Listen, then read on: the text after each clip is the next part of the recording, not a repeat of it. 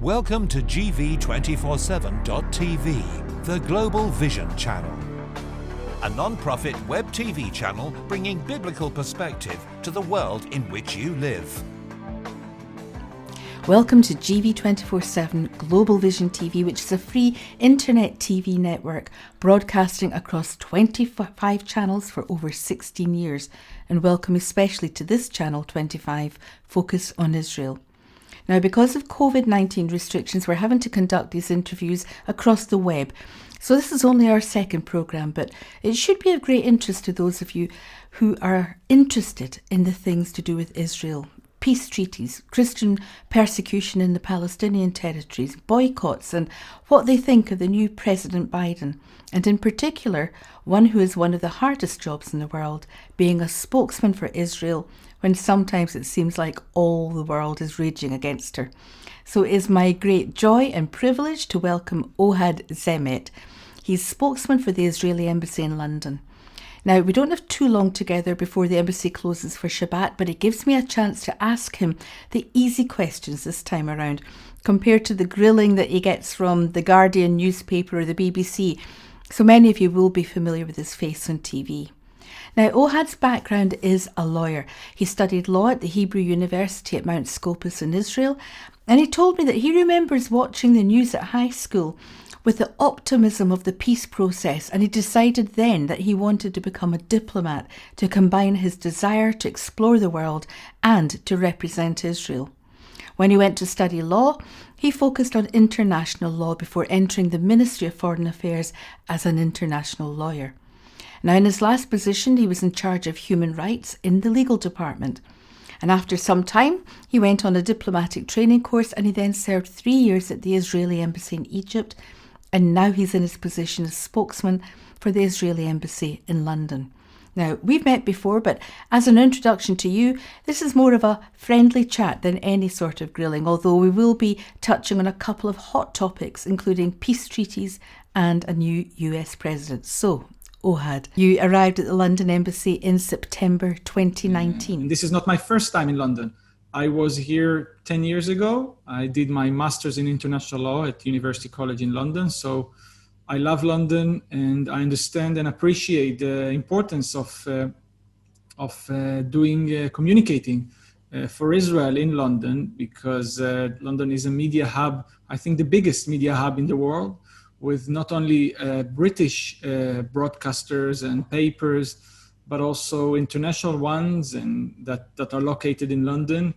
And it's very important for the state of Israel to get the message across. So I presume you were in Cairo when you worked at the Egyptian embassy. What was it like there? Life in Cairo is different in Israel than Israel, but it's also very, very moving to be there. You know, my father fought in the Yom Kippur War. His friends actually, died in front of his eyes in the battles with Ariel Sharon crossing the Suez Canal, and him coming to visit me in Egypt as an Israeli diplomat. And after fighting Egypt, to be able to build bridges, this is amazing. This is this is exactly the reason why me and many others come to the foreign ministry to be a diplomat, to build bridges between people. So you really, when you're in Cairo, you really feel that your job is important. Egypt is, I think, relation with Egypt is very high on Israel priority. We are neighbors. We have a very, as I said, a not so easy history. So therefore, it's Israel priority to reach out and try to get Egyptians and build bridges. If it's economy, I was in charge of economic relations. My job was to get Egyptian and Israeli business persons together, and with all the suspicion of years of hostility and with the barrier of language, we tried every success I was making. If it is, I'll give you an example. If it is to get an Egyptian business person which is interested in in construction materials. And Israeli construction sector is booming because building more houses to get them together, even if it's in agriculture, to get Israeli people in agriculture with the agriculture technology, bring them to Egypt, make them share their experiences with Egypt. That's amazing. What a great opportunity, Ohad. On a lighter note, I thought that driving in Israel, well, in Jerusalem and Tel Aviv in particular, was crazy, but my goodness, Cairo, I'd never seen anything like it. I mean, they don't obey traffic lights, they drive on the wrong side and the wrong way round roundabouts, and the traffic includes these little donkeys who are so laden down with their burdens they can't see where they're going. Did you adapt quickly? Cairo is an amazing city. It's the biggest metropolitan in the Middle East. And of course, driving there is a huge challenge. Fortunate enough, I wasn't needed to drive, but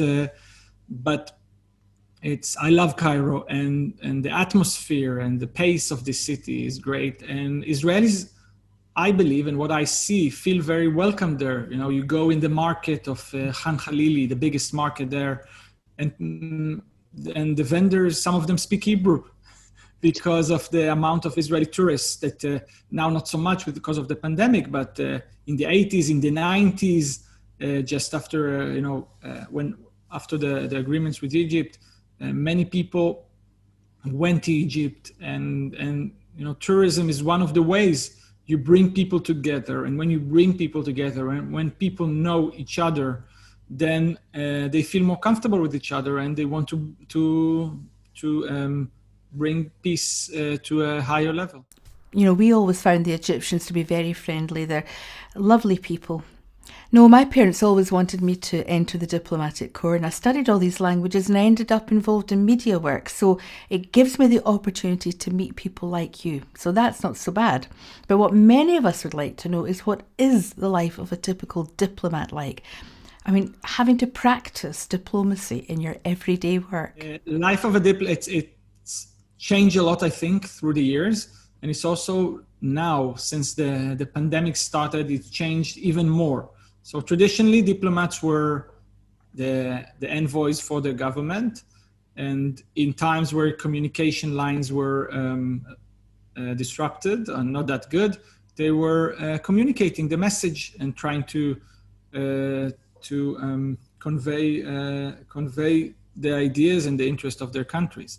Of course, today the world is changed completely, and different diplomats do different things. But I think the essence is to represent your country. So for example, I'm doing media work. So that means I represent my country vis-a-vis the British media. That means I'm in touch with British journalists. I try to explain to make them understand the Israeli perspective. We believe, and I personally believe, that Israel, as much transparency as we can have and as much information as we can share, it will only be to the benefits of the state of Israel, because when people will know the truth and what's really are the dilemmas of Israel, this will improve their perception.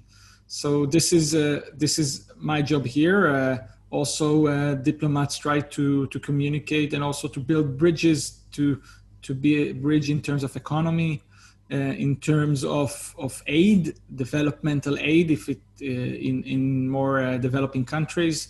There are many aspects, and I have to say I think it's the best work in the world, which is because you can you can always learn new things, learn new languages, learn new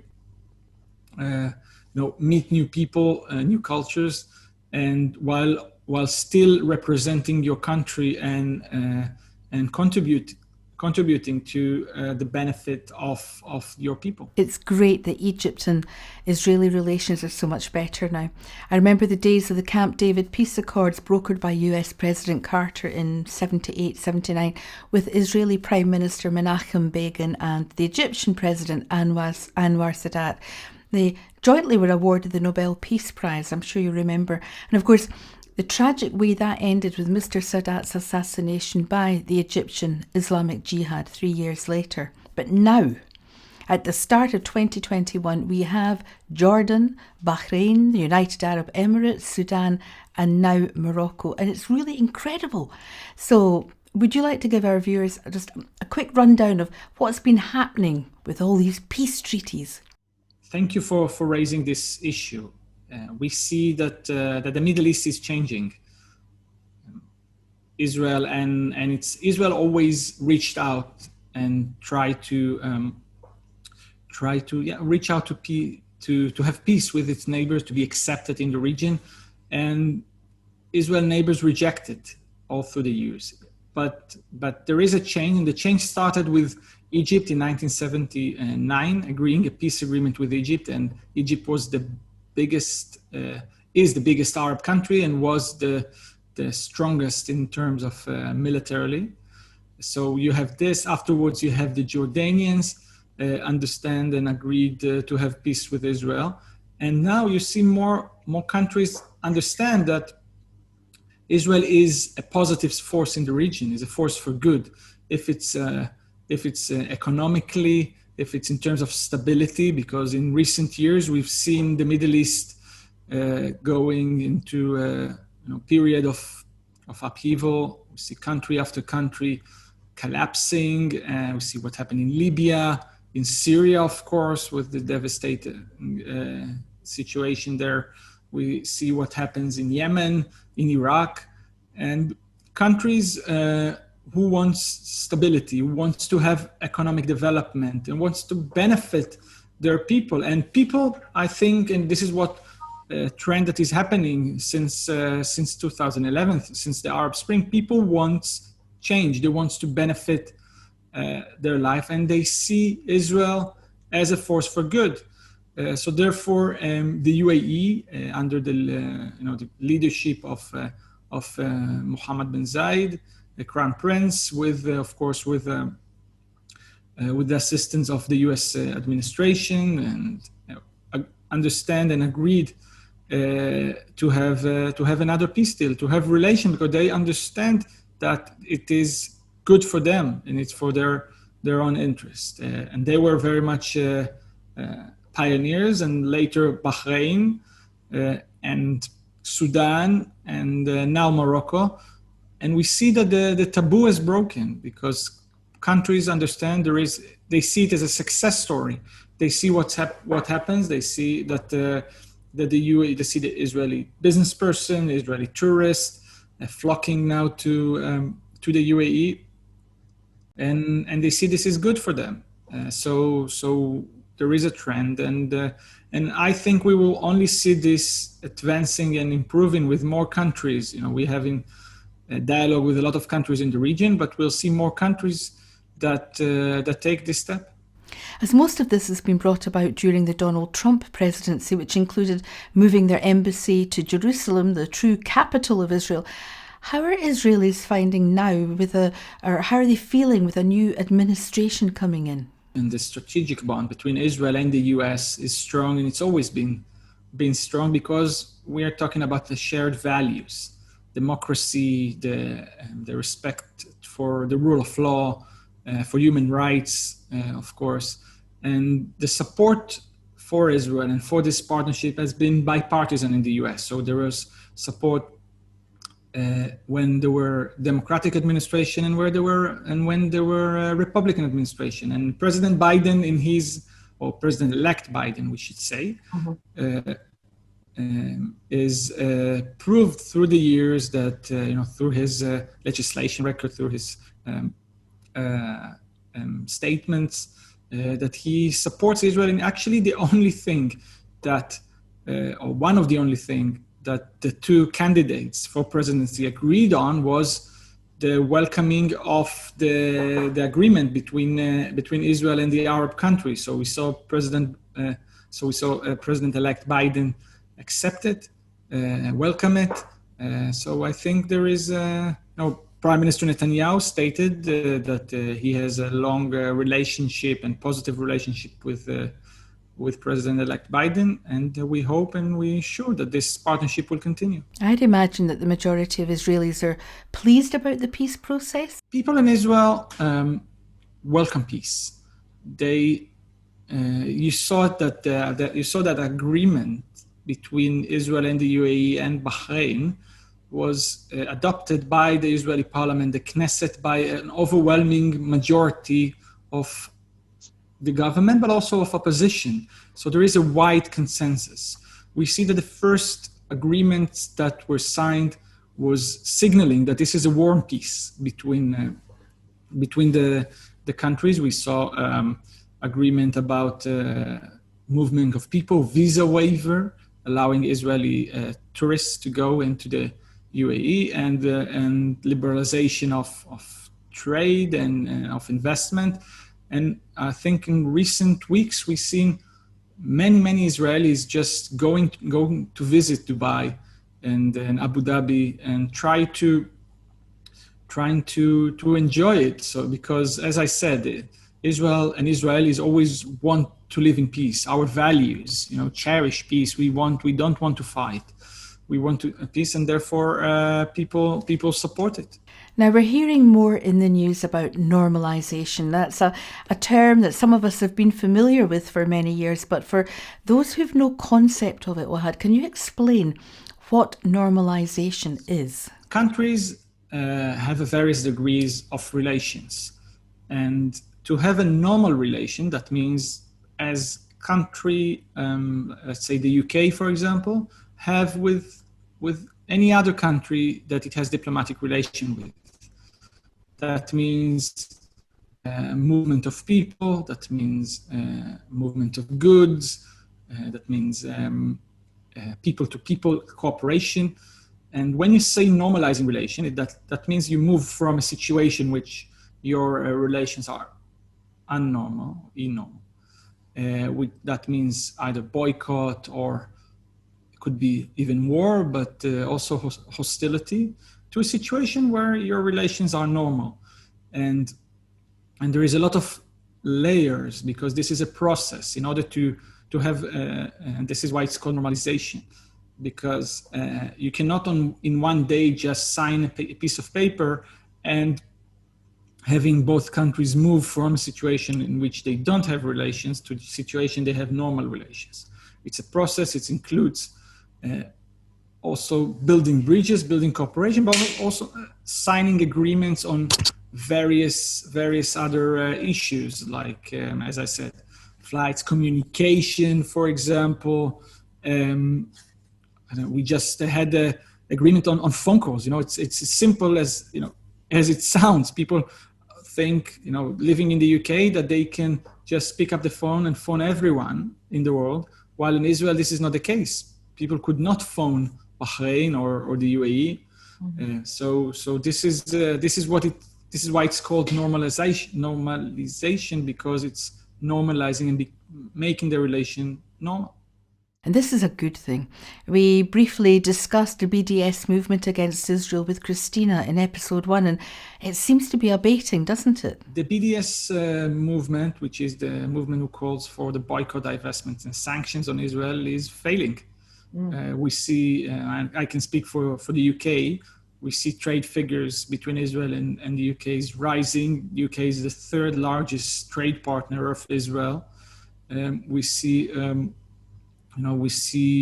these people actually not getting any support. And why they're not getting any support? It's because their slogan is from the river to the sea. That means they have no place and no room for any compromise. Mm-hmm. And as the official policy of the State of Israel is that we call on the Palestinian to come to sit with us, to have a direct negotiations. And when you go to the place of boycotting, you actually going away from a peaceful solution. And you see that even in the region, even in the Middle East, countries are abandoning the path of boycott because they understand that it's just doesn't work and it's not to their own benefit. Mm-hmm. I think one of the sad side effects of this was that the Palestinians themselves lost good jobs because the brands they worked for were being boycotted. So it's good that we don't hear so much about that nowadays. The people who does it don't really think about the Palestinians or about what is good or bad for the normal Palestinians. And I can tell you that from my experience in Egypt, and I think in any other countries, the agenda, one of the main agendas of the government is to draw in investments, right? Because they need the foreign direct investment in order to create jobs, create factories, develop the economy, get foreign currency to the country. While in the Palestinian, authority, or the area under control of the Palestinian Authority, Israel is the main, if not, an overwhelming main investor. So if you want Israel to, if you boycott Israel's investments within the Palestinian territory, what do you do? Who will replace Israel in providing jobs to these people? That's right. And as you say, people didn't think it through because their desire to destroy Israel from the river to the sea, it certainly seemed to be greater than their desire to help the Palestinian people. Now, how about the Israeli update on COVID-19? Because some reports say it's pretty bad. So, Ohad, what's the truth of what's happening there at the moment? Israel, like any other country in the world, is struggling with this. The virus knows no borders, and it's Israel, like any other countries in the Middle East, is facing these challenges, and the challenge of balancing between the life and the need to safeguard people's life and the need to safeguard the economy. Israel went into lockdown very early on, and we managed to keep the level of death, the number of deaths in a very low in comparison to other countries in the world, of course. And I think in the mentality or the culture of Israel, we have a saying in Hebrew that say that whoever saves one life saved the world entire. And the Israeli government really put an emphasis on saving people's lives. And sometimes it's not easy, and people are, of course, struggling economically. But I believe, like any country, we will get out of it sooner than later, and we'll hopefully get back to normal. Now, Ohad, I'm wondering if you can tell us about the veracity of what we've been hearing about the plight of Christians living in the area of Judea and Samaria, what's known as the Palestinian territories. For example, I've heard of many churches being closed down in Bethlehem, which is the birthplace of Yeshua HaMashiach, of course, Jesus the Christ. And it would normally have had many pilgrims around Christmas time if it wasn't for the pandemic. So can you tell us what is actually happening there? Last year, there were 3 million visitors to Bethlehem for pilgrimages. And this is a major, let's say, a pillar of the economy of Bethlehem. And you always, I remember, you see all the colors and all the decorations and lighting. The issue of Christians in the region, I think, is an issue of concerns. Believe that Christians in all across the region are under pressure, and actually Israel is, I think, the beacon in this regard. Is the only country where you have the number of Christians is increasing and integrated in all aspects of Israeli society, while in other countries in the region you see numbers are shrinking. Of course, we all hope that the situation will improve, including, of course, in the Palestinian Authority in Bethlehem. But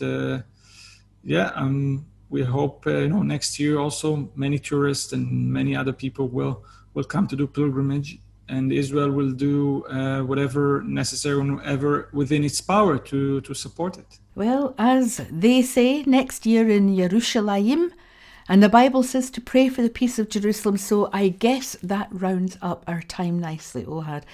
As you know, although we're filming in the UK, our programmes go out all around the world. So what's your final message? We see peace is coming, and I believe that peace will bring more peace. That people, when they meet each other, when they interact, when they hear each other's views, this will lead to more peace on the land of Israel. And I hope, many, after the pandemic will finish, many people could come and renew the visits to Israel, to the holy sites. And we welcome you, everyone, to come. Thank you, Ohad. It's been lovely to speak to you again, and I look forward to catching up with you another time. So thank you so much, and thank you for watching. Remember to hit the red subscribe button and then the grey bell to be notified of new programmes. And I look forward to seeing you on the weekend programme, which is Channel 1 this weekend. And remember, when you subscribe, you'll know when it's happening. And you can also join our online fellowship and subscribe to our newsletter. Just send an email to info@globalvision.tv. So until we meet again, Shalom. This is GV247.tv, bringing biblical perspective to the world in which you live.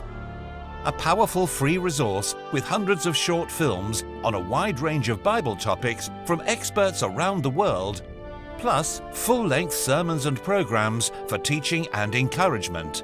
Choose from current affairs, signs of the times, a chance to voice your own opinion, and special offers on our full-length feature films, documentaries, and study materials. At over 4 hours in length, the Lamplight Project is a systematic 12-part Bible study series, a powerful teaching tool that begins with the origins of life and takes the viewer on a comprehensive journey packed with high-profile interviews, film, graphics, and illustrations, concluding with the return of Christ and an encouragement to stand firm and be faithful. Complete with a free study guide download for both personal and group study, this powerful interactive guide connects to over 1,000 programs with expert interviews on GV247.tv, our free service web TV channel. Does My Life Have Meaning? A powerful 1-hour presentation produced from the Lamplight Project. With a free copy of the Gospel of Luke, this film is crammed with engaging interviews, film and graphics, a life-challenging film to those searching for answers. As distributors for the Jesus film, we offer this timeless movie based on Luke's Gospel. This clear presentation of the life of Jesus Christ has been viewed worldwide and translated into over 1,200 languages. We provide the film with a free copy of the Gospel of Luke. The Daniel Project is a popular TV documentary that presents an overview of Bible prophecy and an encouragement to read the signs of the times. Hailed as one of the best TV films to be made on the subject, DVD extras feature a heart-to-heart interview about the way of rescue. Based loosely on the documentary, The Daniel Connection is a full-length feature film.